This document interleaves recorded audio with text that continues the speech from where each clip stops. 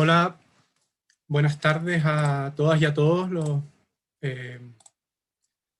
el público, ¿no es cierto? Darles la bienvenida a esta Conferencia Internacional de Materialismo Histórico 2021, realizada desde Chile.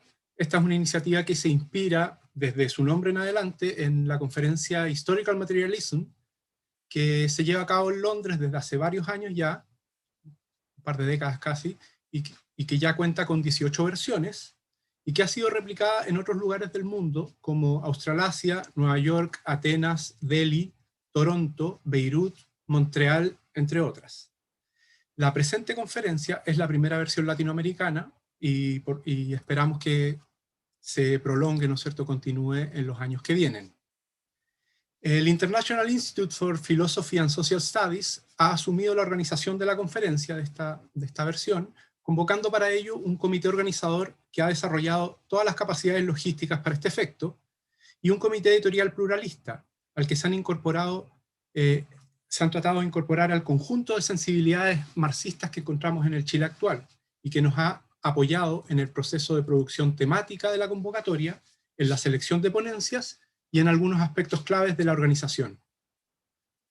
El contexto del desarrollo de esta conferencia ha estado lleno de dificultades y limitaciones, principalmente por el actual escenario de pandemia, lo que obligó a la organización a reducir la cantidad de ponencias aceptadas y ajustar todos los eventos a esta modalidad virtual. Agradecemos a todas y todos quienes nos enviaron propuestas y que han permitido, de algún modo u otro, la realización de este evento. Aún con todas estas dificultades, entendemos la importancia de profundizar debates marxistas en un escenario latinoamericano y chileno, donde desde los años 80 hasta ahora se han implementado ajustes neoliberales radicales, y donde se observan distintas expresiones de radicalización social antagónica. Creemos que el interés que ha despertado la presente conferencia dice relación con las luchas sociales actuales y la necesidad de comprenderlas desde herramientas conceptuales y prácticas alineadas con las necesidades de las clases populares y trabajadoras. Entendemos la reflexión marxista acerca de las problemáticas sociales, políticas, económicas y culturales del capitalismo contemporáneo como parte de esas herramientas, relevando su vigencia actual y enfatizando su carácter eminentemente crítico, antidogmático y de orientación de emancipación para toda la sociedad. Antes de dejarles con el siguiente evento de la conferencia, no queremos dejar de agradecer la disposición de las y los participantes en el Congreso, quienes nos han hecho llegar propuestas de enorme calidad y diversidad temática, una expresión más de la pluralidad de marxismos que nos acompañan.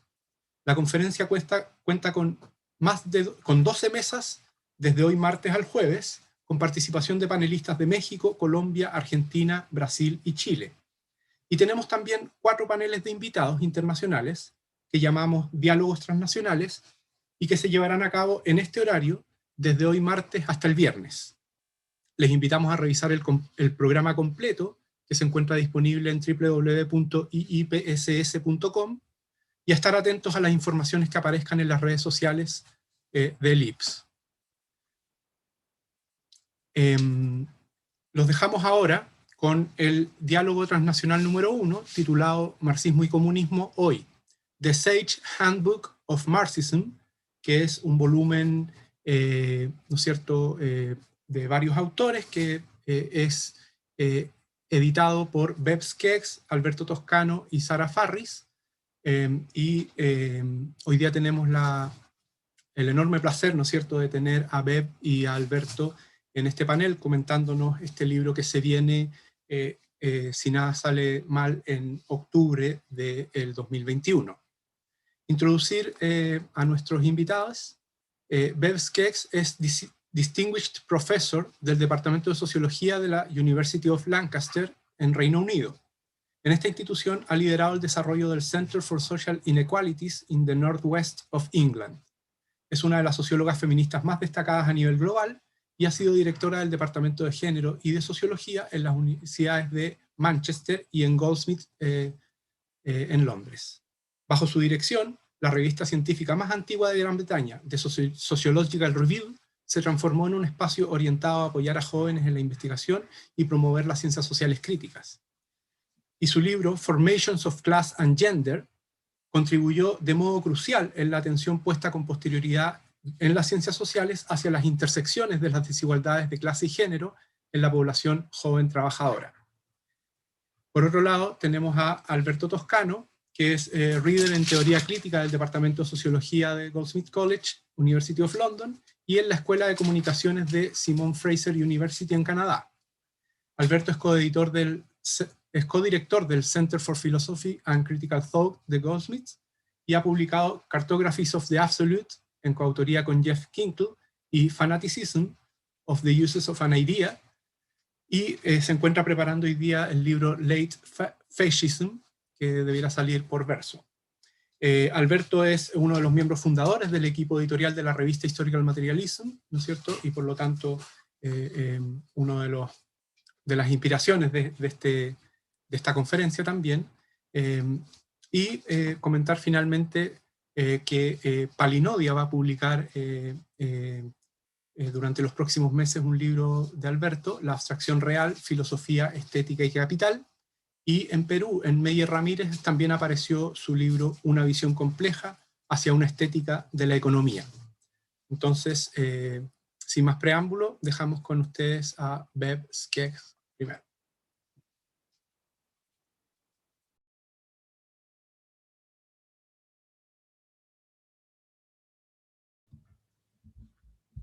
And can I share my screen?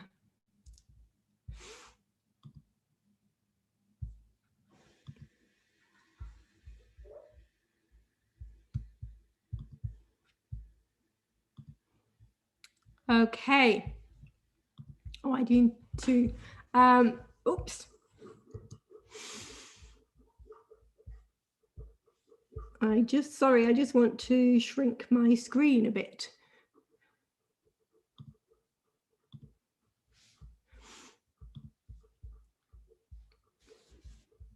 Can you see it? Can you see the screen now? Yes, we can. Yeah, okay, great. So I will just go to this one. So to begin with, I'm just going to do a brief introduction of the handbook itself, which was huge. It's 3 volumes, 94 chapters, a labor of love. It works on lots of new areas, new interventions, and it moves between a huge range of different domains, which I'll go through and show you briefly. It did go through rigorous review. There's 3 editors to begin with that read everything, and then Savenia came on board as well, and we had 1 to 2 reviews for each chapter, which were often a work of art in themselves. So slide 1, as you can see, it's a preliminary cover. Savenia needs adding. My name is misspelt. But I want to say it really was a labor of love, because we began at Goldsmiths when we were all teaching together on the Marxism course. And since then, we encountered many challenges. And I do think these are important in terms of the labor of writing. 3 deaths, close family, serious illnesses, 2 children born, and employment problems, as well as the compounded institutional challenges that we always face when we're writing. So the handbook became a much larger task than we imagined, and that's why it took so long. But we're also grateful to our external reviewers who were incredibly productive, wrote fantastic criticisms, and some of the reviews were essays in themselves from which we learned a lot. So if I go on to slide 2, and I have to do it like this, sorry.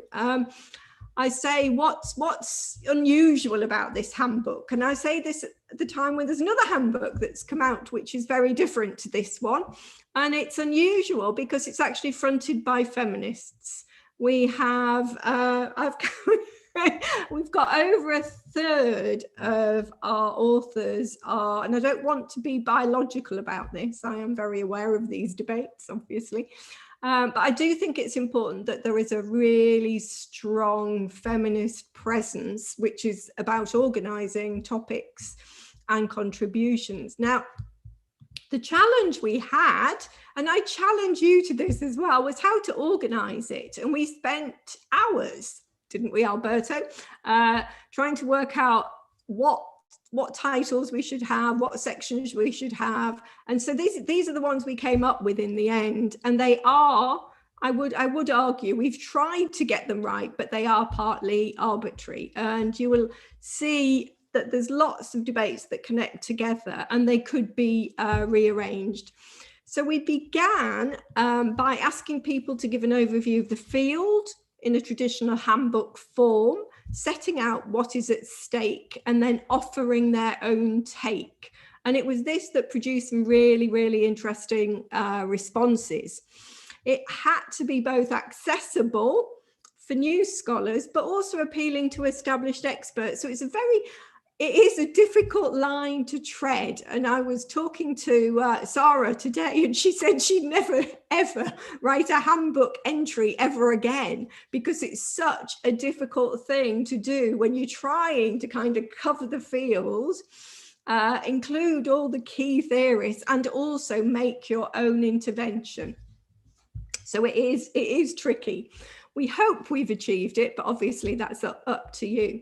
I do feel we can now, if I move into slide 4, we try to cover lots of different domains. Again, I don't think we get it right. You could never get a handbook on Marxism right, because it's impossible. It's vast. And I think that was what was great about doing this handbook, was we just unearthed this enormous scale of incredibly interesting research that was occurring around the world. And I don't think we covered as much as we wanted to in terms of different people. We often fail to cover particular areas, especially when people pulled out at the last minute. And there are a couple of gaps that you'll probably notice, but we did try really, really hard. And so those are the different domains, which I think really do attempt to cover new domains. We also have a section which is very much about new takes on classic concepts. So these are really, some of them are really good because they give you these fascinating histories that have been unearthed and again, given you angle on it. We also made interventions in particular areas, so climate change, extractivism, very important, but also things that are less expected. So utopia and management, which, you know, I think is quite different to what you would expect along with the others. We also had a strong emphasis on gendered political economy. And we, again, what do we call this? It's not just social reproduction, it's not just sexual politics, it's really arguing that political economy cannot be understood without gender. And so we have all these different takes, all these different chapters. And I think it's important to think that gender political economy is essential to and part of Marxism now. And it's quite funny because as Stuart Hall said, feminists' impact on both cultural studies, sociology, Marxism. So feminists came in the door, shat all over the table, and nothing was ever the same again. It changed the whole debate. And I think it did, but it's still taking some time to achieve this. And I said that when I checked another handbook, which only has 5 contributions by women to it compared to our 34. So in some places, gender critique has made an impact, in others not. And then the other area that I think we've attempted to do is to cover culture in very different ways. So I think the important thing about culture is that it's not just symbolic. It is about understanding the role of culture as lived experience, as making and living culture, as well as its symbolic economy. And obviously, I'm not critiquing Jameson here, who I think makes brilliant contributions to culture. But I'm trying to get at the way in which, and you'll understand why I'm saying this later, the way in which they're living the dynamism of actually making culture as well as making theory is really, really significant to what we do. So again, you'll see some areas that you probably wouldn't expect to see in a handbook on Marxism, horror film and animals in particular, but really, really important contributions. And the other thing, again, terminology, really, really difficult. But how to understand race. And so we have lots of different takes again on it. They could go into different sections. They work with other sections, but very, very important contributions. And I've always felt Stuart Hall, the significance of Stuart Hall, obviously because I come from that particular tradition, was a great loss throughout Marxism during the 80s. I mean, he did write a book on Thatcherism, which was subject to substantial critique, but often his really important work on racism, critiques of South Africa, his work with Harold Walpy was just incredible. And I do think it's important that we've seen this kind of movement more recently, and it comes back to the gender point, that some really hardcore Marxists, some that I love, like Bob Jessup, my brilliant colleague, have actually started developing around culture and even setting up the Centre for Cultural Political Economy. I think it's really difficult to cover all these areas. And so what I want to do is actually end the introduction of the handbook by looking at the difference between the long-running debate between history versus abstraction, we'll call it, or difference via abstraction. And so I've got the reading here on the screen, if that helps. And it's a tiny bit that I've taken out of my chapter, which is actually on class, but it's looking at this really, really fundamental debate. And there's a lot of chapters in the handbook, particularly the ones that look at race and gender, obviously, that traverse this schism, that are still dealing with it. So I do think it's important. So this schism was about the difference between abstract structures and lived experience to begin with, but then it became a debate within history about what actually makes capital. And so the debate itself began with E.P. Thompson. I'm sure lots of you know this, so it's just very brief, who represented the historical formation argument, and especially in his brilliant book, The Making of the English Working Class. And then the debate with Perry Anderson and Tom Nairn as historians and Louis Althusser. The debate was both political, where to locate change, theoretical, how to conceptualize class and capitalism, and methodological.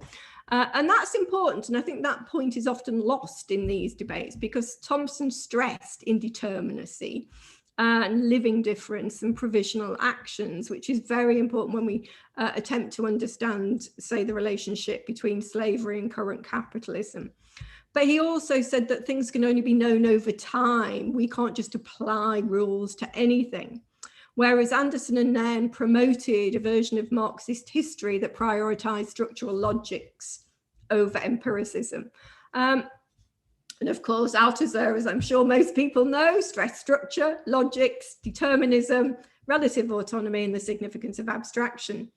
All elements of a totality that could not be known, that could be known without the people who inhabited the structures. So put simply, it's a debate between those who consider empirical historical acts to be constitutive of capitalism and race and class in the present, and those that consider capital has particular logics that proceed regardless of people. It was brutal. It was an absolutely damaging, brutal debate if you were in it, or at least watching from the sidelines and running away. And in the UK, at least, everybody was expected to take sides. And I think that produced a really problematic gap that people couldn't traverse, although Stuart Hall, as I'll go on to see, did actually try. The schism's taken various routes and forms since and is addressed in the handbook in lots of different ways. And the one that's probably most popular is the one between Adolph Reed Jr. and David Rodiger on one side, and Ellen Sinswood as the champion of abstract logic, who argues that capitalism is conceivable without racial divisions or gender divisions. But is it? And should we care? Is this important still? And I think it is, because it's so present in so many chapters. And as we know, difference has long been mobilized for accumulation, as Baliban studies of migrant workforces show. And there's really good papers in the handbook that detail how hyper-precarity, criminalization and deportability is an institutionalized feature of migrant labor, absolutely essential to global capital accumulation, but taking various different forms. And the handbook contains chapters that outline these mechanisms. Illegality, for instance, reduces any claim for protection to wages and renders a particular form of labor incredibly vulnerable. Difference is thus fundamental to exploitation, which leads Ruth Wilson Gilmore to argue that racism is a practice of abstraction. It's not just a historical, empirical detail, it's the dealing displacement of difference into hierarchies that organize relations within and between the planet's sovereign territories. And many others in the handbook also show how it's the commodification of difference as a process of abstraction that makes difference constitutive of capital's mechanisms. And so I use Stuart Hall as my example to show how this big gap, this schism, can be traversed. Now, Hall uses, and it was a paper that was typed out. It was really funny when I went back to it. It was a very, very old paper from the 1983, began in 1980. And he used Harold Wolpe's 1972 analysis of apartheid South Africa. And Wolpe shows how the historical and geographical specificity of South Africa produces a very particular form of capitalism, not identical to all other forms of capitalism, because it's based on articulations, not just between race, class and gender, but articulations with pre-capitalist forms that are actually based upon very specific state and geopolitical relations. And so in South Africa, workers could be paid below social reproduction costs because these were all being met in the parallel subsistence economy. Now that's still significant in South Africa. And the apartheid state was crucial and used to prevent any form of stability. And again, like the studies of migration in the handbook show, ensure deportability of workers and always kept wages low. And that's the form of capitalism that the South African government is still working with. Now, Hall synthesized Wolpe's geopolitical economy with Althusser's analysis of articulation and abstraction, but also, when studying race, included lived experience, the historical specificity of the British state, for instance. And he insists upon mutual articulation of historical movements and theoretical reflection. So it isn't just about how do categories fit together, as often intersectionality is. This is about articulation of forms, of history, of geopolitics, and of how they are lived. And it's about how, taking up or working with much earlier on, Ruth Gilmore's point about race is a form of abstraction. Now, Hall makes an argument that was quite shocking at the time, because he says there is no universal structure to race or racism. That's because it's a practice of abstraction, and practice is the key word here, because it takes very, very different forms. And we need to understand how that becomes inserted historically as active structuring principles of the present organization. And so active structuring principles enable us to see how abstraction and practice work together. And this leads me into David Nally and Sue Ferguson's point that racism and sexism are not aberrations. They're not historical aberrations. They are actually facilitating processes of capitalist accumulation. And so this is why Hall makes the point that race is the modality in which class is lived. It is the articulation of different forms of capital that exist in dialectical relation, being shaped and shaping in articulation. So I feel articulation is a much more significant concept that attempts to deal with all these different logics in a particular conjuncture. So as Hall was developing his analysis, feminists were also challenging the universalizing abstractions of gender and the singular representation of the category woman to represent all women. This drew attention to how those specific modalities were shaped and shaped very different conditions for social reproduction. So we know that when capital is left to itself, it will destroy anything. It will just absolutely consume and accumulate absolutely everything in its drive to extract. That is capital's logic, but this takes different forms, and how labor protects itself is really significant. And we know histories of unionism, families, and resistance. Labor has to protect itself however it can. And this is why it needs to be understood in articulation, because different possibilities and different opportunities exist. And structures of exploitation become entangled with forms of protection. Black feminists such as Hazel Carby and Angela Davis point to the significance of the family, for instance, as both a site of protection and a site of violence, both facilitating and limiting capital's accumulation. And paradoxically, it's the state that groups often turn to for protection from capital, well, even in the moment, from protection from death. But the factory acts, as described by Marx, are kind of the paradigmatic example, as are campaigns for legal personhood, because it's the state that is called upon to protect labor in particular ways. Again, we all know this.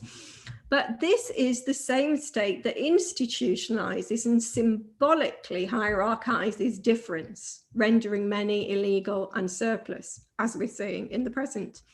And I think a good example of this is the British welfare state, supposedly developed to protect against abject poverty after the war in Britain.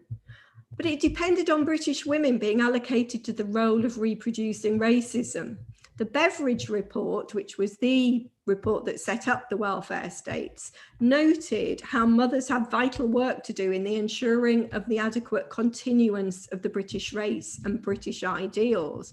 See the fabulous work by Denise Noble and Robbie Shilliam.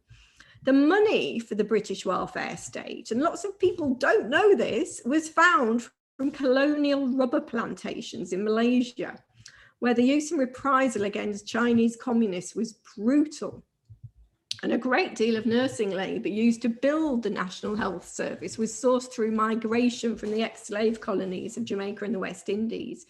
Nurses who arrived to Britain were greeted by the violence of racism and misogyny, developed by the British over centuries. And this is why history and geopolitics is so important in these articulations, because if we look at this example, it begins with Lord Chancellor Bacon's theory of monstrosity in the 17th century, which was applied to all those who were thrown off the common land and often shipped to build the slave colonies of Virginia. As the land enclosures proceeded, this was a very long historical process. So contradictory modalities of race, class, and gender shape the relations of accumulation and social reproduction. They are what Son Rethel calls real abstraction, a concept further developed by Alberto and Brenner Banda. They are articulated and overdetermined with and by each other in a geopolitical economy at a particular historical conjuncture, drawing upon legacies of difference that have been built into forms of accumulation and struggles for protection. Protection is really, really important, and I think given less attention than it needs. This also allows us to rethink the subject of capital, and there's a superb chapter in the handbook by Anselm Japp, where he proposes that it's not the ruling class nor the proletariat, but value itself that is the subject of capital. Value is a logic that reduces humans to executors of its orders. And so the subject of capitalism, the possibility for subjectivity, is an abstraction. It's a process that makes the subject possible. And so in our current conjuncture, we need to understand how the dominant forces of rent and financialization, not just labor, where intellectual property rights and the institutionalization of corruption are now drivers of value, ownership and control, and are building upon and reshaping capitalist accumulation. As Lapovista shows, forces of exploitation based on the labor-capital relation remain alongside forms of appropriation and expropriation that exist and hang over from primitive accumulation and forms of global labor deportation. So the formation of capital relations, the state and its institutions, but also symbolic differences dialogically structure the conditions of possibility for the inhabitation of capital's logic, which will be defended against. It will always be defended against in different ways and reshaped as a result. And as Clover, in another superb contribution to the handbook, notes, it's the differential articulation of these capital relations, for instance, with less focus on production via the strike and labour and more focus on circulation through financial exploitation, rent and service, what he calls circulation struggles as opposed to labour struggles, that enables new forms of challenges to unfold and be understood. And so all these challenges are made in the handbook, and I haven't been able to summarize all the brilliant challenges I've started. It's almost impossible. There's so much depth in there, but hopefully they point us into new directions and point us into new debates, and that's what we hope you'll enjoy from it. Thank you. Muchísimas gracias, Bev, por tu excelente exposición. Antes de dejarlos con Alberto, no quería que se me pase agradecer a los dos instituciones patrocinantes que hacen posible esta charla, que son la Escuela de Sociología de la Universidad Católica Raúl Silva Enríquez y el Centro de Estudios Interdisciplinarios Tesis de la Universidad de Valparaíso. Con esto dejo con ustedes a Alberto Toscano. Okay, well, it's a real pleasure to follow on from Bev's mapping of our mappings that have taken up so much of our energy, thought, comradeship, time over the last little while. And, you know, finishing a book, like in my case, Moving Continents in the Middle of a Pandemic is a further challenge, at least worth noting. And I also wanted to mention that notwithstanding, you know, the 30,000 or so kilometers that collectively separate us, I wanted to, because you know, with Felipe and Bev, we were at Goldsmiths. I do also want to note that our colleagues, including Svenja and Sara in particular, are in the middle of an industrial dispute against the, you know, absolute unconscionable vandalism that is being carried out by the management of my university still, at least in part, and alongside many other universities in the UK and elsewhere. And I do think it's, you know, it's important to remind us that, not just because, you know, this is where we've worked and taught and where our friends and comrades do, but I think also because I think in terms of that issue of protection that Bev was talking about, spaces like the sociology department and Goldsmiths more broadly, like the institutions that have made possible holding the Historical Materialism Conference, for instance, SOAS, another university that's been under, you know, brutal kind of restructuring in this period. I think, you know, we have to note how significant the work to defend those spaces is, you know, without which, you know, none of what we're doing is really kind of possible. And I also wanted to, you know, thank so much the organizers and Felipe for making this possible. And, you know, Felipe was a crucial contributor to opening up and internationalizing historical materialism's own conference through his contribution to the Latin American Marxist stream within the conference, which joined, for instance, the Marxist feminist stream that Sara had such a role in organizing. So those are just some things that I think are worth kind of keeping in mind before I delve into my own, red rabbit hole of my entry on communism, which I'm just going to sort of excerpt from, in a sense, to give you, partly through an effort to practice what we preached, so to speak, to give you a sense maybe of one of the possible ways in which a handbook of this kind might manifest itself. Especially in an effort to think both the plurality of contemporary Marxist thought and its capacity to intervene in this conjunction. So I'd like to begin with a kind of working hypothesis, which is that stripped of a reference to communism, of a communist standpoint or perspective, Marxism loses its singular, though for many chimerical status as a kind of revolutionary science, to take its disciplinary place as merely another sociology, another political economy, another methodology that may or may not be mixed with others. The subtraction of communism from Marxism, I think, is the premise for that periodic praise in the mainstream that is grudgingly accorded to Marx in times of crisis, where, freed of the burdensome legacy of historical communism, he is presented as, the prophet of the 2008 credit crunch, or of whatever further crisis may come. Now, together with this grudging nod to Marx in the pages of The Economist and the Financial Times, we've also experienced over the past 2 decades a very wide-ranging theoretical effort to reassert not just the vitality of Marxism, of which, of course, this handbook tries to be a kind of, a collective portrait, so to speak, but also the vitality of communism as the idea of a thoroughgoing alternative to capitalism, conceived, to use Marx's wonderful phrase, as our religion of everyday life.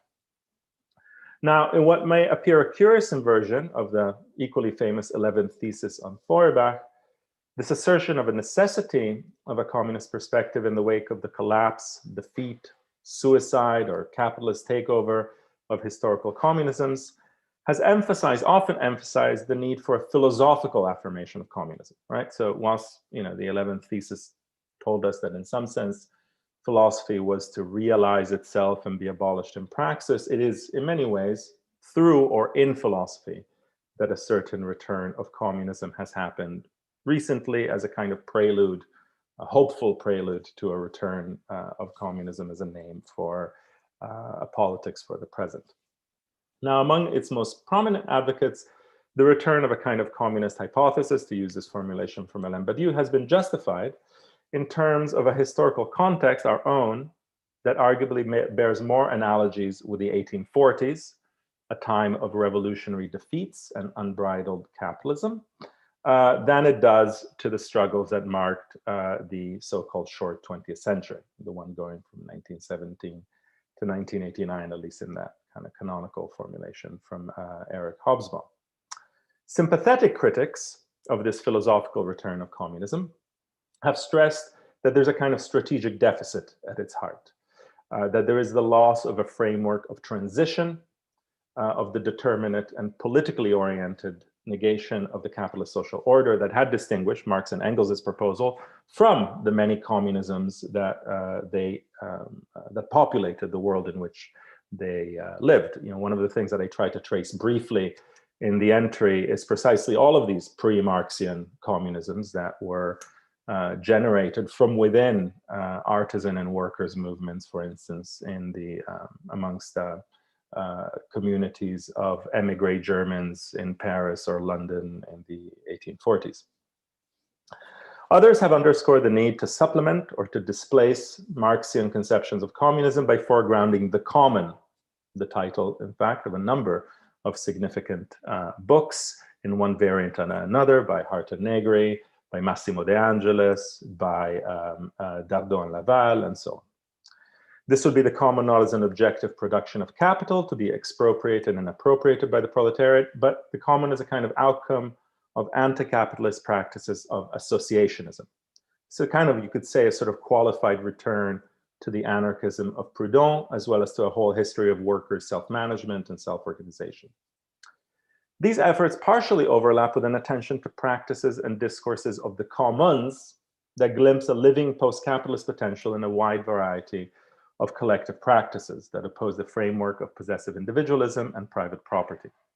Whether we're talking in terms of the continued vitality of indigenous and subaltern lifeways, or in view of the production of the commons as the cooperative cutting edge of cognitive capitalism.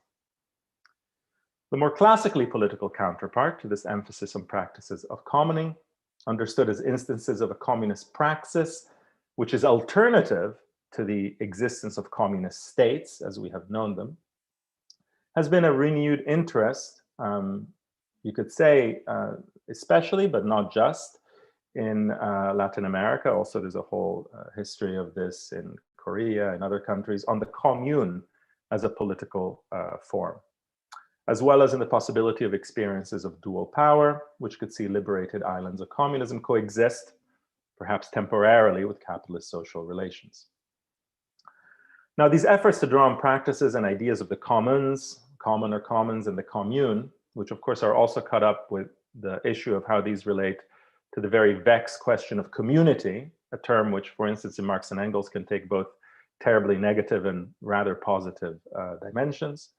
One of the things that all of these perspectives have tried to do is to shake off the limits on political praxis and imagination that have been imposed by the overbearing historical record of state and party communisms, which now, to adapt Marx, do indeed weigh like a nightmare on the brains of any contemporary communist, the brains or the hearts for that matter. Now, we can also think in this regard more recently of the debates and the contemporary prominence of the notion of communization. This has a different, say, kind of origin or genealogy, coming from a whole arsenal of insurrectionary Marxisms and ultra-left theories, historically marginalized by Stalinist or Euro-communist perspectives. So we can think of Amedeo Boldiga, 1970s autonomism in Italy, passing through groups like Socialisme Barbarie, or the Situationist International for that matter. Now, these theorists of communization, to link actually to the point that Bev was making vis-a-vis Anselm Jaap's entry to the handbook, display often actually a very strong fidelity to Marxian value theory, at the same time as they try to jettison the Marxian and indeed kind of Leninist theory of the state and of the transition to communism.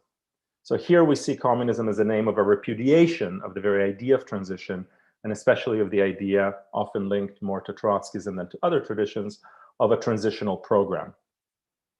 And behind this lies also an argument, right, about the passage from an antagonism to capital based on the collective identification of industrial workers or proletarians in the very classical sense, waging strikes, to contemporary struggles of increasingly wageless populations, what the Black Panthers provocatively called the lumpen in a positive sense against the Marxian use, in the realm of circulation, often racialized and gendered realm of circulation that coalesce in the figure of the riot. And again, Clover's entry is very relevant here. Now, my chapter in the handbook, whose historical sections I won't deal with here, seeks, tries in a way to articulate an understanding of communism that does maintain, albeit in a changed way, an emphasis on the strategic and political problem of transition, which, as I want to propose by way of conclusion, requires reflecting on the very meaning of abolition in Marx and Marxism, this term that is almost obsessively present, at least as soon as you start noticing it, especially in the writings of the 1840s and 50s. But also to think in light of present movements and struggles on how this philosophical and theoretical terminology of abolition links to broader traditions and practices of abolitionism that are not contained by or are not reducible just to a Marxian or Marxist tradition. So in the entry, to delineate communism in terms of the contemporary question of the transition from and abolition of capitalism, I begin by providing a brief sketch of communism's pre-Marxian history, which is indeed a fascinating one. Takes us to all sorts of peculiar etymologies having to do with, texts in Latin from about 16th century, or 15th century peasant revolts and what have you. Explore some of the different articulations of communism in Marx's own work, and then move to a reflection on the way in which our own problems and our own vocabularies and our own imaginations regarding communism were signally shaped by the moment of '68, or of the world 60s, for want of a better term, and of the reimagining of what transition, revolution, or communism might have meant then, and then conclude on this issue of abolition, which is mainly what I'll touch on in what follows. Now, I think it's worth acknowledging, in the spirit of agonism and contradiction rather than mere pluralism, which governs the handbook as a whole, the polyvalence, right? The equivocity, the polysemic character of communism. This, like many other terms in our handbook, is not a term that is univocal in the sense it's not generally spoken of with one voice, right? There are many voices of communism, many views, many expressions. It's not simply a matter of differences in political practice or orientation. What is at stake, I think, is a very location of communism in conceptual networks of Marxism and related discourses. So communism may define a form of government, like the commune, the dictatorship of the proletariat, post-revolutionary state. It can name a mode of production in the radically different meanings of primitive communism and that of a post-capitalist communism, a social formation, a distinct form of social relations, or even, to cite Bordiga's maximalist definition, a life plan for the species, which I kind of like as a formulation, as well as indeed it can name the myriad parties or movements that take this as their name. Movement can in turn take us, and a lot of these entries also involve, right, these metonymical, following these resonances and family resemblances. Movement can in turn take the more restricted, if potentially planetary, characteristics of the workers' movement, or in a more abstract and dialectical vein, for instance, that of Marx's arguably most celebrated, but perhaps also most enigmatic definition of communism, when he calls it the real movement which abolishes the present state of things. The scope of communism has also been considerably extended beyond the various levels at which Marx and Marxists articulated the abolition of capitalism. The French philosopher Jean-Luc Nancy has spoken of communism as a principle immanent in everyday life, as the imbrication of everything and everyone. Dionys Mascolo, a very interesting French writer, spoke of a communism of thought. The Italian cognitive science Felice Cimatti has spoken of communism as a community of the possible that is built into our very biological makeup, and so on and so forth. And we can think also of all sorts of communisms that exceed, right, the Marxian parameters. People speak of Plato's communism. Mariátegui spoke of Incan communism. Medieval peasants bore on their banners the biblical saying omnia sunt communia, everything in common. So I think also it's very important within a Marxist discourse to be sensitive to everything that exceeds, right, the containment within our so-called tradition, right? And that's one of the things that I think a lot of the entries in the handbook have done. The language of communism, I think, has also consistently posed a scandal in the face of the supposed sophistications of elite political discourse. So there is also a kind of, rough music to the notion of communism that I think is worth keeping an ear out for. As the Guyanese Marxist historian and revolutionary Walter Rodney observed in his lectures on the Russian Revolution given in the 70s in Dar es Salaam in Tanzania, which you can now find in a very nice verso edition co-edited by the great historian Robin Kelly, he writes the following, which I liked a lot, though I don't think we've necessarily attained this high standard in our handbook. He says, Marxist writers have inevitably had to find new terms to describe society in the way it is seen by members of oppressed classes. The language lacks the urbanity and refinement that the bourgeoisie developed as an expression of its own dissociation from sweat and cow dung, which I kind of like as an observation on language. Now, most of the communist voices that still resonate today first rang out in the global moment of revolution and reinvention that goes by the shorthand of '68. Among these, already mentioned by Bev in the context of those debates about history and abstraction in the British conjuncture of the 1970s and 80s, was Louis Althusser. And one of the statements that was, I think, quite striking in Althusser within the context of those debates was his polemical identification or polemical proposal that there is no such thing as a socialist mode of production. And keeping with his arguments about what he called expressive totalities, Althusser thinking about communism, especially in a lot of these unpublished texts that, given his tortured relationship to the French Communist Party, he often kept in his drawers or only gave to his closest collaborators. Althusser was really preoccupied with this idea of communism in terms of traces of communism in the present, right? Not necessarily a full-blown tendency, not a program, but something for which we need a kind of forensic imagination, so to speak. And to the way in which these traces can be contingently recombined or articulated into a full-blown challenge or alternative to capitalist domination. So as he remarked in one of these texts, and I like also the concreteness of this remark, and curiously, Althusser can also often be extremely concrete rather than abstract. I mean, after all, this was the man who told us to skip all of the sections on value of capital, which is, I think, possibly a terrible suggestion, but nevertheless an interesting one. He said the following. He said, the forms of appearance of communist elements, so communist elements is like communist traces, right? The forms of appearance of communist elements in capitalist society itself are innumerable.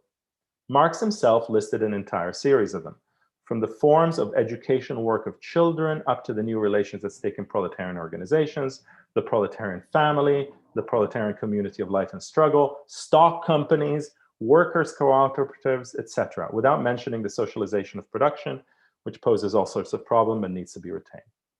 Althusser also mentioned, in a very nice formulation, proletarian inventions in the class struggle, which included in 1973, at the time of his writing, the occupation by workers of the watch factory at Lippe, in the Lippe watch factory in France.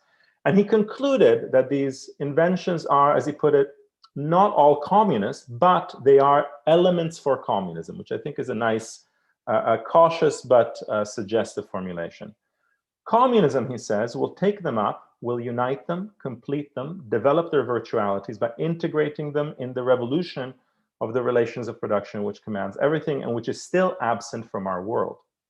But this is not a tendency in the things themselves. It requires both a kind of Leninist capture of the kairos, the occasion for communism, and a long march of transition to assemble these elements of communism. So this is a communism not of a totality, but indeed a communism of assemblage. Althusser suggestively analogizes the contemporary detection and political coordination of these traces, these islands of communism, to a metaphor from the Greek writer Epicurus that Marx particularly liked when he talked about the emergence of capitalism itself, right? And Marx spoke of the fact that capitalism was not born at the core of feudal society. It was born in its intermundia, its interstitial worlds, at the borders, on the edges, and the interstices, right?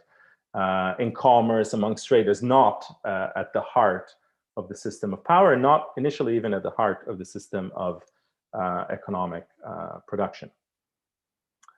And he also reminded us, and I think this is very important, that for the purposes of our own theorizing, this is again Althusser, the image of communism is not innocent, right? The image or the concept of communism that one forges or one works with has definite effects. So to conclude, I want to say, well, I want to think about what is the relationship between this image of communism and this problem of abolition and abolitionism, which is, I think, a problem that is of particular significance in the present. So how is capitalism to be undone, right?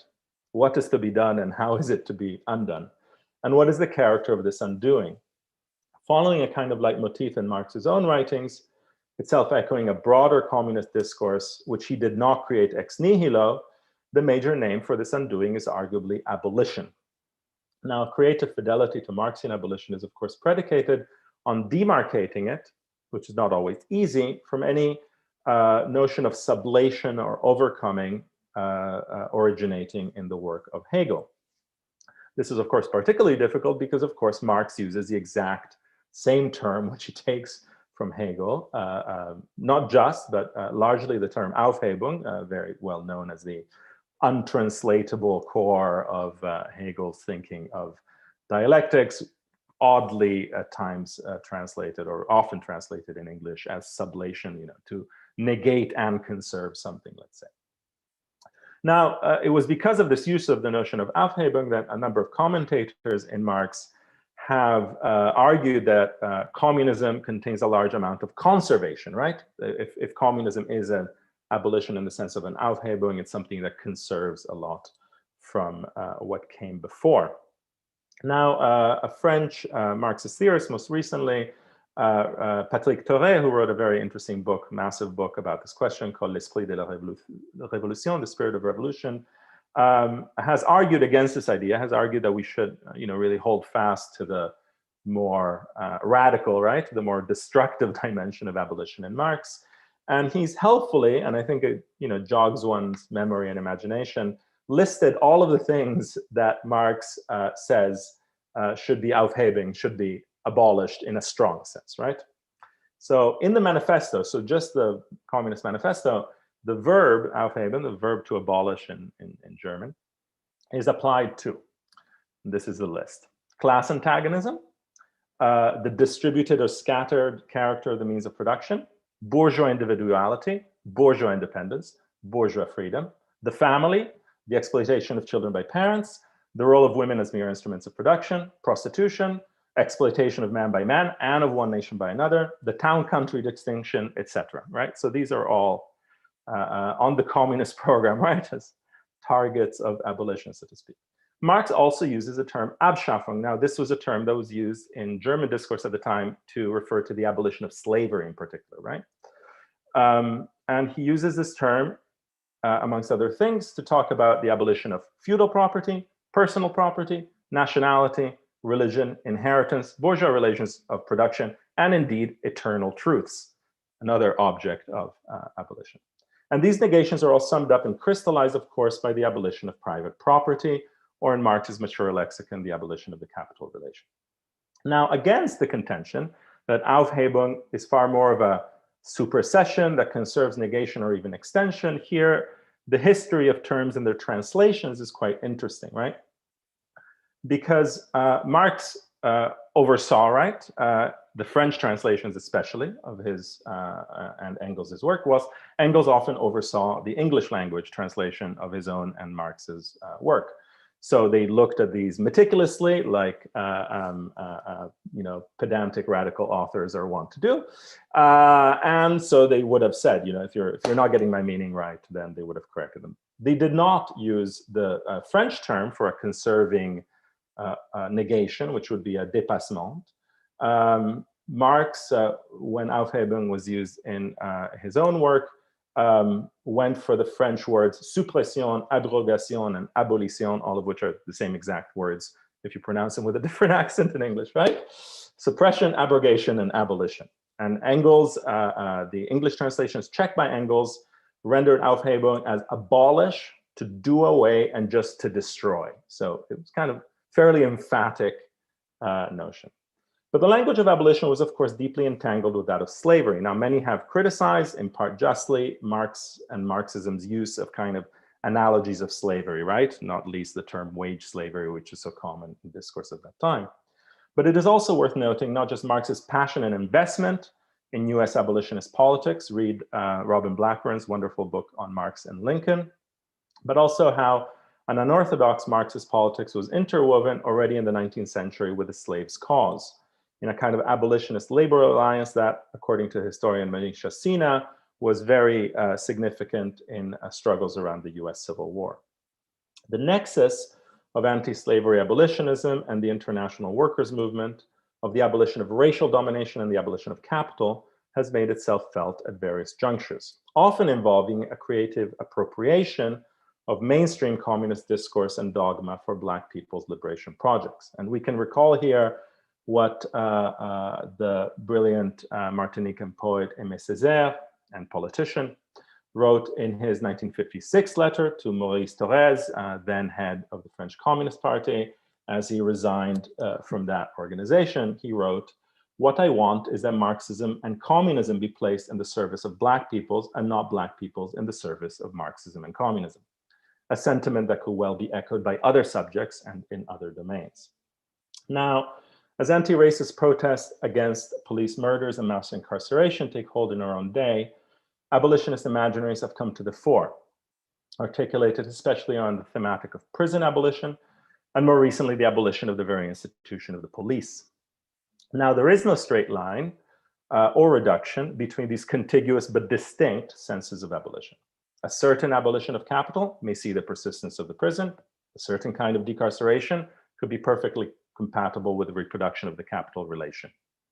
It's not a straightforward reduction. And yet, there is much to be gained from creating or better recovering lines of communication between contemporary theories of abolitionism and the many-headed communist lineage I've sketched, not least in terms of thinking the relation between the negation of the contemporary forms of domination and the conjunction of the traces or the elements of liberated collective life, those intermundia or traces or elements of communism that Althusser spoke of. As Ruth Wilson Gilmore enjoined in a very recent interview in the wake of the mass insurgencies in response to the murders of George Floyd, Breonna Taylor, and many others, I quote, "Abolition has to be green. It has to take seriously the problem of environmental harm, environmental racism, and environmental degradation. To be green, it has to be red. It has to figure out ways of generalizing the resources needed for well-being for the most vulnerable people in our community, which then will extend to all people. And to do that, to be green and red, it has to be international. It has to stretch across borders so that we can consolidate our strength, our experience, and our vision for a better world." And I'll end on that quote. So thank you very much.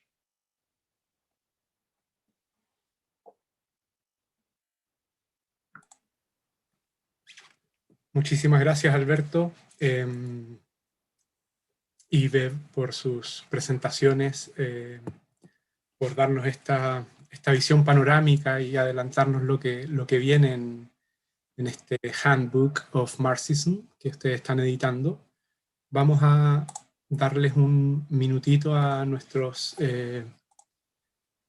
público para que elabore un par de preguntas. Por mientras, quizás yo partir comentando lo interesante que me parece el vínculo entre... Perdón, estoy escuchando... Perdón, ahí sí. El vínculo que se establecen en las dos presentaciones entre la idea de abstracción como una idea, como la trabaja Alberto, ¿no es cierto?, abstracciones reales, que son las que gobiernan la lógica de relaciones sociales del capital, y por otro lado la perspectiva interseccional, que parece aparecer como una herramienta de la cual el marxismo se ha venido apropiando, para desentrañar estas abstracciones, ¿no es cierto? Me resuena de las dos presentaciones esa relación entre la abstracción real como el elemento, ya sea en la lógica del valor o la lógica de la racialización, ¿no es cierto? Y el aguijón interseccional o la herramienta interseccional como parte de estas herramientas conceptuales que tenemos, ¿no es cierto?, para comprender mejor la realidad de nuestras opresiones. Y hay otra pregunta para Alberto más específicamente que tiene que ver con si puede expandir un poco más esta idea del abolicionismo en Marx, sobre todo pensando en los actuales movimientos de abolición de las prisiones y de las policías, ¿no es cierto? Algo apareció ahí al final, la inspiración ahí de Ruth Wilson Gilmore y de Robin Kelly, entre otros, ¿no es cierto? Muchos otros que han venido trabajando ese problema. Quizás partir por ahí. No sé si quiere partir Alberto o Beb. I don't know if you wanted to, also because you dealt with that particular entry as well as being much more involved in those debates than I, if you wanted to deal with a question about intersectionality and abstraction, Bev, to some extent. Well, I know it's a vexed and tricky question that will not be resolved in a handful of minutes on Zoom, but I don't know if you wanted to wade in a bit. I've always found, I think because I come from that history of articulation, I've never really found intersectionality necessary. And I think that's because it's just a very different political history.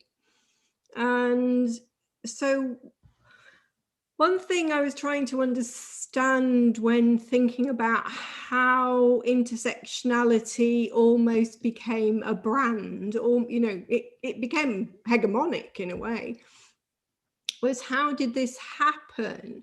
And I think it's about the influence of American, just American theory generally, but in particular civil rights politics and the way that was taken up and circulated.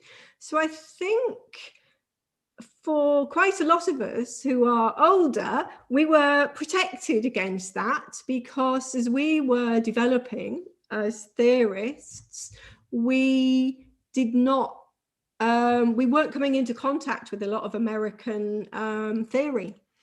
It's been a much more recent development, that circulation, or at least the dominance of American race theory has certainly taken over in a way that was quite different to British race theory, Stuart Hall and Paul Gilroy and people like that. So I've always thought articulation did a much better job.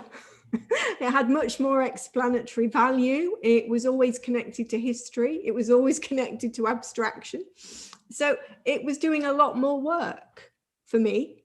But I think that is to do with my own particular situated knowledge, location, institutional location, and the debates that we were having in the UK at that particular time. So I really welcome, and I think it's important that we have intersectionality, because when I was working with activists in South Africa, I did a big critique of it, and they were like, no, no, don't do that. Don't take away one of our, one of the words that we can put to use politically and strategically. So if they wanted to argue for a politics that did actually include, because it was South Africa and they still really talk about class, so if it was a politics that included class, race and gender, intersectionality worked as something that they could use as like a shorthand. And so you've got the kind of political discourse of intersectionality, which works. And then the really, I think, theoretical complexity of articulation. And I can see them coming together, but I've just avoided it, even though I've been accused, or for years I've been accused of being an intersectional theorist, but I have always kind of worked with a very different theoretical frame. I mean, I think it's maybe following that with a more, maybe a more general comment that has to do with some of the ways that debates have played out in sort of Marxist forums over the recent while. So obviously the HM conference for the past 18 18 instances of it in London has been a very interesting observatory, right, on these things. And one of the reasons that at least I felt that it was a very good and in some sense very exciting time to try this completely masochistic labor of putting together this behemoth together with Sada, Svenja, and Bev, is that I think a kind of defensive moment within Marxist theorizing had been kind of transcended. So I remember, like, let's say 10 years ago, maybe something like that, you would occasionally get these panels at our conference where somewhat dogmatic comrades, shall we say, would engage in these, fairly old school, and kind of angry critiques, refutations of, liberal things that Marxists can do better. It was kind of in that mode, right? And what's been interesting instead is to see that if one doesn't take, if one engages in a form of theoretical engagement, which is has a little bit of more of what I think David Scott, talking about Stuart Hall, referred to as his receptive generosity, of which at times we need a little bit, as well as polemic. Then sometimes these debates can serve as the context, right, for people rediscovering things that perhaps they should have already known. Like, so you find people getting involved in debates about intersectionality, and then somehow discovering the key work of, Black women communists that really do not fit, Claudia Jones, Angela Davis, or later on Combahee River Collective, et cetera, that just don't fit any liberal framework for thinking these things, right? And especially, not to sound kind of like generationally patronizing, but younger people sometimes go through that trajectory, right? There's a kind of catchword. There's this theory that has a very specific history, but then is not really necessarily broadly received in terms of its specific formulation by Kimberly Crenshaw in certain debates that have to do with, critical legal and racial theories in the States, et cetera, but just becomes much more, like you were saying about South Africa, a kind of demand, right? We should deal with all these things at once, which is a very good demand, right? Then the specific method or conceptuality through which that is done can get reified in a certain way. But I think a non-defensive Marxist debate, let's say, should be, I think, open, right, to the potentialities and the virtualities that these debates have, and not kind of be overly purist about it, or then engage in these kind of far-fetched counterfactuals where somehow, every element for a theory of race can be drawn from, volume 3 of Capital or something, which is slightly insane. So the question about the question about abolitionism is I mean, this was just merely a hint, a sketch.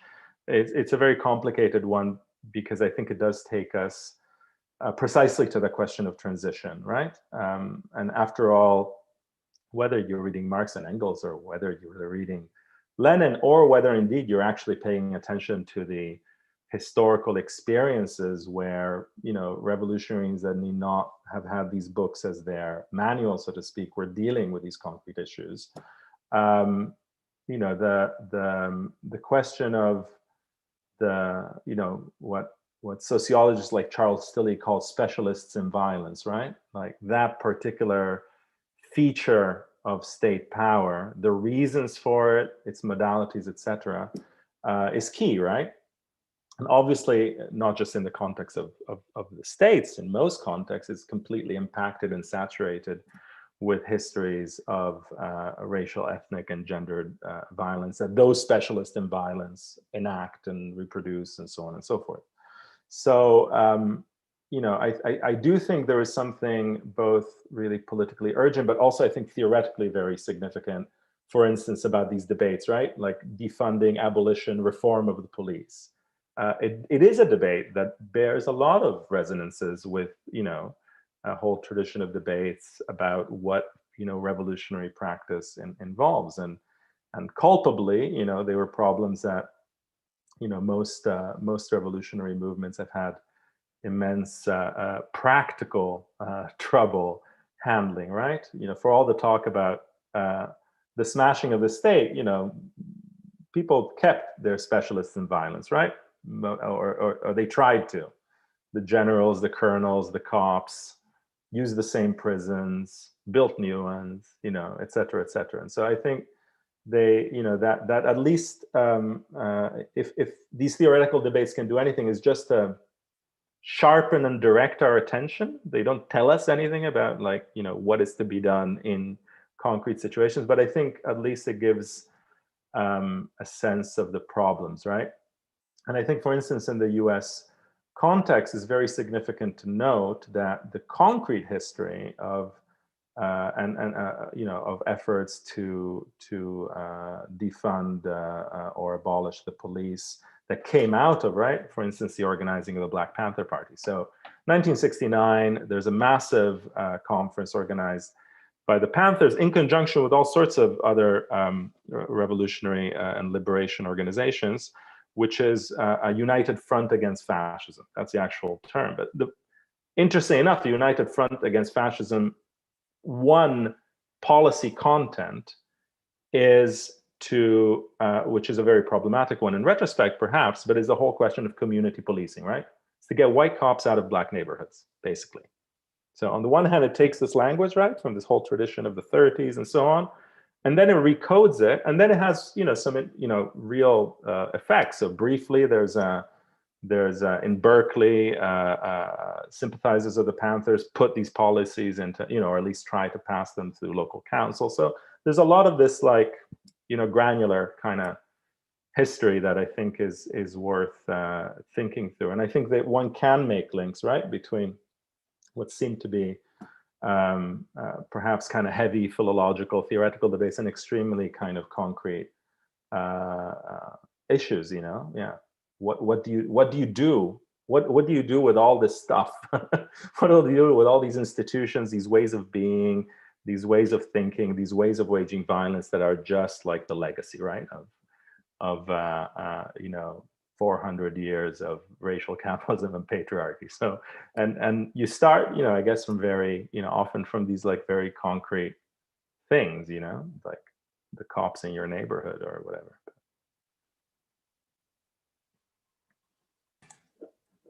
Sí, tenemos una pregunta más que puede estar más directa a Alberto, pero puede ser para ambos en términos de que es un fenómeno que está sucediendo a nivel global, ¿no es cierto?, que tiene que ver con el ascenso de estos neofascismos o fascismos tardíos, ¿no es cierto? Alberto está escribiendo un libro al respecto, y ahí la pregunta sería, bueno, como, ¿cuál es la relación entre estas destellos o estas trazas de comunismo y que pueden estar, ¿no es cierto?, emergiendo también un poco en la relación con la aparición de estos nuevos fascismos, y para ver cuál es la perspectiva que se abre analítica desde esta colección de pensamientos marxistas que se está articulando en el libro y que da pie a pensar nuevas líneas de investigación sobre la contemporaneidad de estos fenómenos que pensábamos que eran propios del siglo XX, ¿no? It's a really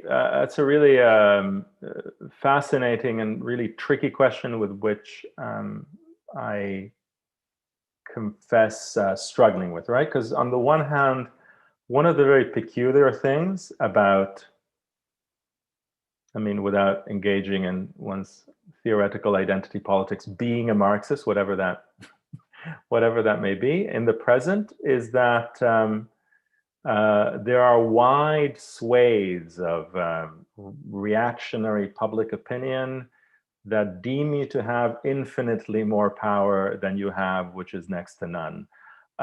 So whether it is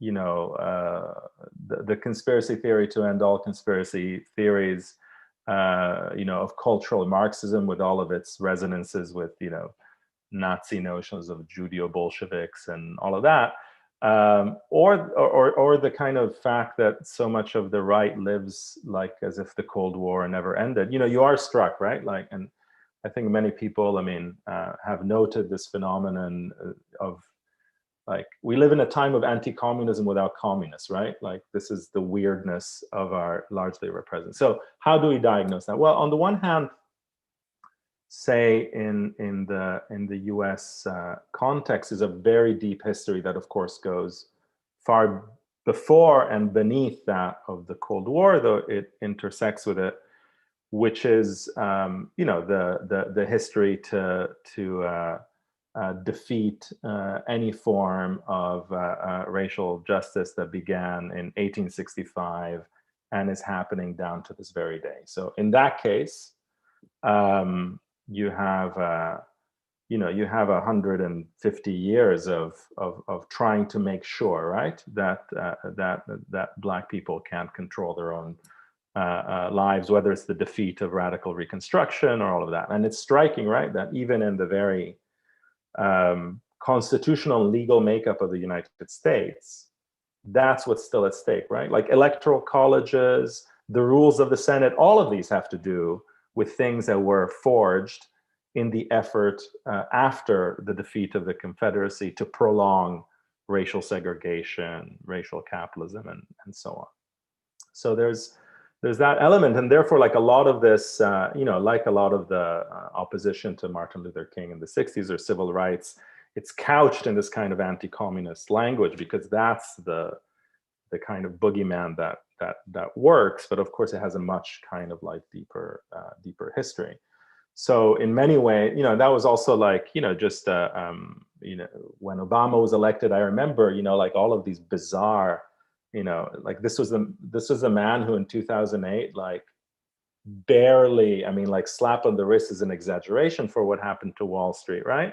And at the same time, he was presented as like the second coming of Joseph Stalin. So the anti-communist imagination can make, you know, borderline neoliberals into revolutionaries. So you don't really know like what you're dealing with. At the same time, I think there is a way in which these movements, like the far right often has, also register and are very sensitive to certain radical or revolutionary or implicit, you know, potentially revolutionary potentials in society at large. So I think it's a very mixed and volatile situation. This idea, right, that like that basically, you know, the fantasy of cultural Marxism, right, like there was this devilish plan, you know, cooked up by people who are reading Gramsci, like, you know, they defeated us on the battlefield, they defeated us at the polls, so we're going to take over the TV, the universities, Hollywood, you know, etc. And then we'll, you know, spread our commie propaganda, you know, through the world. So that's a kind of mode of thinking. But I do think it does also, you know, register real challenges, right? Like real possibilities that make a lot of people deeply afraid that certain ways of life that depend on domination and exploitation have an expiry date at some point. But how one deals with that, like from, you know, from this perspective of Marxist thought or communist politics, I'm not sure. But I think it's interesting always to grasp, like, you know, that kind of mimetic impulse, right? Because what happens, the discourse of cultural Marxism is a discourse that says, they did that, therefore we should, right? Like they've engaged in this hegemonic struggle in some kind of terrible reading of Gramsci that very much bypasses Stuart Hall. Therefore, we need to do the same, right? And that's why it's such a disconcerting moment, you know, because in one sense, like, you know, this is a moment when that kind of the language of insurrection, right, is now a language of the far right. Like, you know, you would think if anyone should invade that, you know, haven of imperialism and settler colonialism that is the U.S. Capitol, it should not be people with, you know, Trump banners and American flags, but that's the world we're in, I guess.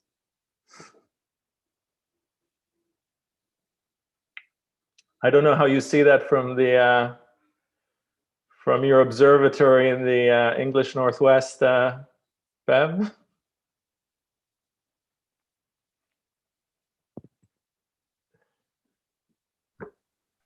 Yeah, I was loving listening to you there, Alberto, because frankly, how do we make sense of men in fur with Confederate flags, you know, invading their own capital? And I do think we make a lot of sense of it through, you know, white supremacist entitlement. You know, there's I think you sent me, and lots of people sent me it, and I found it, the piece in the Atlantic about how middle class those protesters were, you know, and this is all about loss. So for me, there's something fundamental about entitlement and loss in all this. But something wonderful about flying in a private jet to say you've been forgotten, yeah? And advertise your own real estate agency while you're doing it. But I think one of the most funny things is that they're really shocked that they've been arrested. So, you know, if you're on the left, you know you're going to get kicked, beaten, arrested, or whatever. And they were just so shocked. And for me, that was a very, very revealing moment of the whole thing. Because they were crashing their own house. That's what they thought, right? It made no sense whatsoever. But yeah, I think we're in really... It is the Gramscian point about mordant forms, isn't it? In the morbid symptoms. Yeah, really, really odd things where conspiracy theories, you know, actually are really powerful. I think that's also been really shocking. Yeah, I mean, I think that also relates, I suppose, to wondering, right, to what extent a certain Marxist imaginary depends on having a certain kind of enemy that you can imagine, and I think that also has been, you know, very disconcerting, because, you know, there are certain things where you think, like, doesn't capital have a strategy? Like, you have these moments of thinking, you know, you're somewhat like functionalist instincts, right, about the nature of ideology, about the nature of the reproduction of social relations. You know, if the state, you know, is the committee to manage the affairs of the bourgeoisie, or bourgeoisie doesn't have a fucking clue what it's doing, because it's like, what is, you know, you know, so I think that it does pose, you know, then of course you look at other aspects of it, and things also have a certain, you know, very clear, you know, beneath all of the you know, shaman fur hats and real estate agents, there is, you know, a project for, you know, turbo neoliberalism and plunder and extractivism, which is very clear and in its own terms very rational for a fraction of US capital. But at the same time, yeah, there is also this this way in which the morbid symptoms like overwhelm, right, any seeming strategic rationality. And I remember years ago, in fact, it was at Goldsmiths, the Italian Marxist and theorist of finance, Christian Marazzi, said something that I still, you know, I still remember. He said, you know, the problem is that when capitalism no longer faces a powerful, you know, because of its own kind of success, right, and to use Tonti's formulation, emancipating itself from the working class, when it no longer faces like a strong challenge, a strong strategic challenge, it sort of becomes strategically stupid in some sense, right? Like it loses a certain, and he pointed out the fact, or even at the level of technology, right? Like Fiat, the Italian car factory that was the crucible, right, of so many of those movements of the 60s and 70s, was more productive when it was being assaulted by wildcat strikes, when red brigades were like kidnapping factory managers, etc., than when all of these movements were defeated, right? So there's a kind of sense in which there was a dynamism and also a strategic intelligence, maybe, to at least certain managers and operators of capitalism that is now in some ways kind of lacking, right? And I think a lot, I mean, not to be depressingly topical, but I think a lot of the seeming like rudderlessness around the so-called managing of the pandemic really speaks to that. Like, you no longer know how to run a state, even in the interest of capital, right? There's even aspect, things happening around Brexit or around other policies speak to the, like where is, the sort of the degradation of the superstructure has really now has some serious effects on the base, right? Like that. It's sort of very, very heavy, that kind of over-determination. And I think that is also disorienting. I mean, one has to admit, right? It's disorienting because from a methodological point of view, thinking that your counterpart has a project and a plan and that there is an order and allows one to theorize and think in a certain way, that I think phenomena now make it quite difficult. Of course, the broad, the broad parameters of all of these ghouls are trying to, make their friends richer and destroy any vestige of public or social life is obviously true. But then it's still not necessarily that much of a strategy, just like a kind of death drive imperative that seems very different, right? Then, it seems very different, to go back to what Bev was talking about, than say, Stuart Hall discussing the politics of Thatcherism. I mean, that is like a real, that's a political strategy. It's a hegemonic project. It has its contradictions, but it has its rationalities. And, there is no, you couldn't write the politics of Trumpism. I mean, it would be like in the same way, right? Like it doesn't. Or could you do it through chaos? The kind of Putin politics of chaos. I've forgotten the guy's name. His PR advisor, the theatre critic. There's a particular failure to capture everything. I mean, as analysts at the moment, how the hell do we understand everything that's going on, because it's so bizarre? Yeah, I mean, Michael Hart has a nice formulation. I don't know if he's published, it was in some comment that he made, but he refers to one of the issues at present is to grasp what he calls rule by failure, right? That's the modality of, and that was very evident also in some of the commentaries. You could say, in some way it's internalized as a kind of boomerang effect, what people are already commenting upon during the occupation of Iraq. Like, this is not a nation building project. This has nothing, this is, there's no interest. There's no idea of building a state you could then control and manage. It doesn't have that kind of, and now that's, so to speak, chickens have come home to roost. And it seems that this, like the US state, at least under Trump, relates to itself in a way that's like kind of, or to use Ruthie's formulation, it's an anti-state state, right? Which exacerbates some elements of the state, but then largely disaggregates, abandons, and collapses other ones. And I think that poses real challenges. I think that one should be honest with oneself, because I do think certainly the Marxism of the 20th century, and especially the Marxism, I guess, of the post-war period, was forged in relationship to relatively intelligible, relatively monolithic forms of capitalist rationality that in our morbid interregnum are a little more difficult to discern.